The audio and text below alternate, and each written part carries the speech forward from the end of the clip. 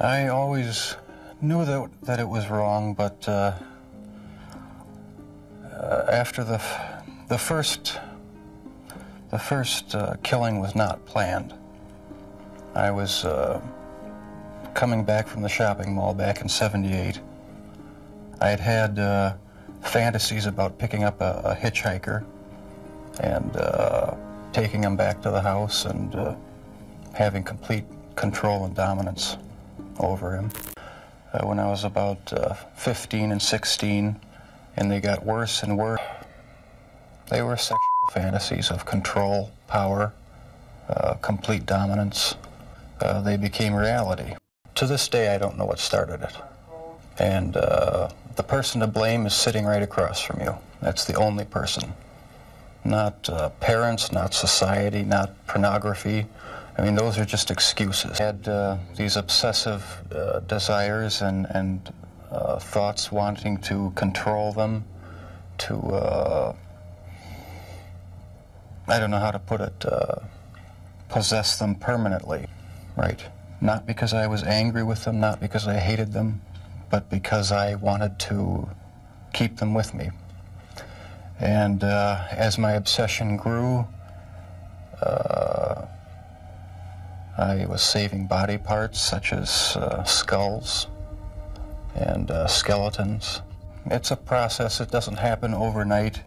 When you depersonalize another person and view them as just an object for pleasure instead of a living, breathing human being,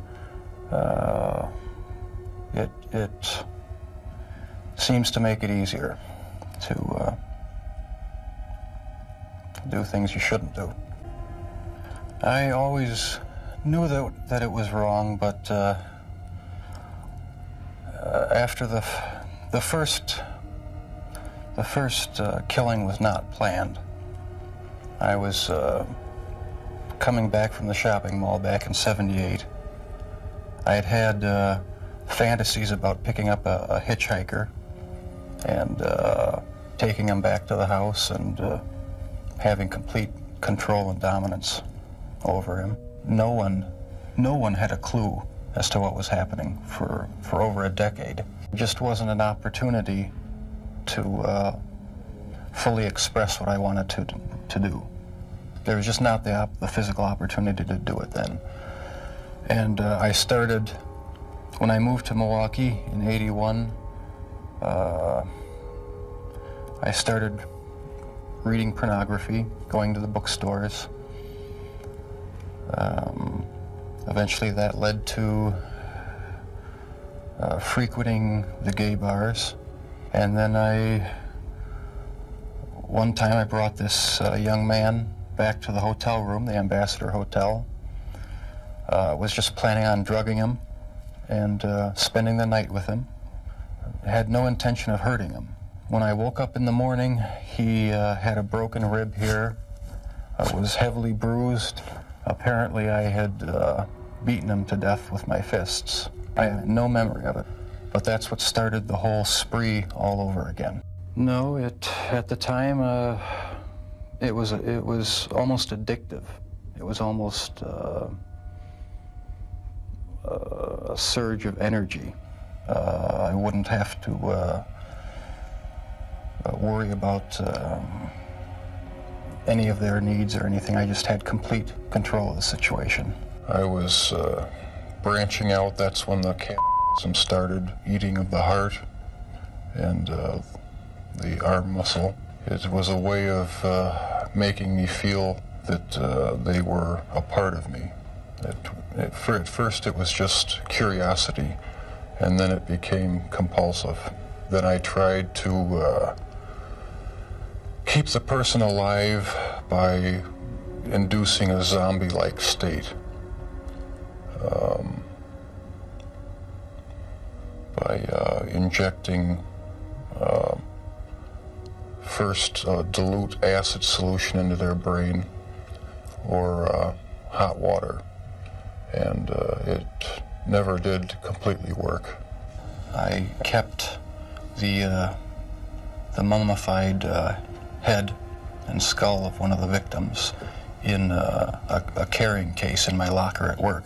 But that's how strong the compulsion was. That's how bizarre the desire was. I wanted to keep something of the person with me. It was my way of remembering their appearance, their physical beauty. I also wanted to keep something. If I couldn't keep them there with me whole, at least I felt that I could keep their skeletons. And I even went so far as planning on setting up an altar with the 10 different skulls and skeletons as a sort of memorial, a point where I could, I don't know, it's so bizarre and strange, it's hard to describe. A place where I could collect my thoughts and feed my obsession. I'd go to the nightclubs, drink, watch the striptease shows, and if I didn't meet anyone at the bars, I'd go to the bath clubs and meet someone there, offer them money, and we'd go back to the apartment, have a few drinks. I'd have the sleeping pill mixture already prepared.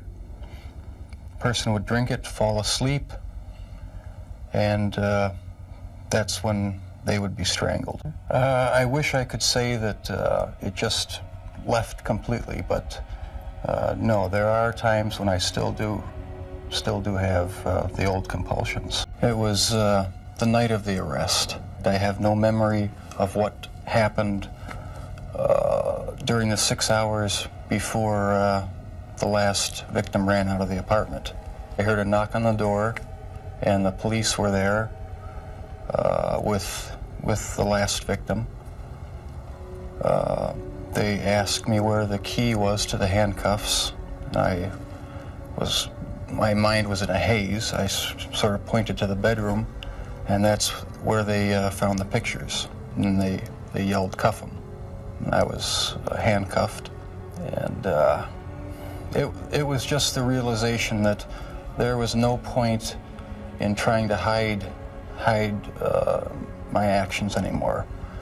The best route was to help the police identify all the victims and just make a complete confession. It was not racially motivated. It was not sexual preference. It was just to find an obsession with the best-looking young man I could find. Probably, if this hadn't happened, there's no doubt I probably would be. I can't think of anything that would have stopped me.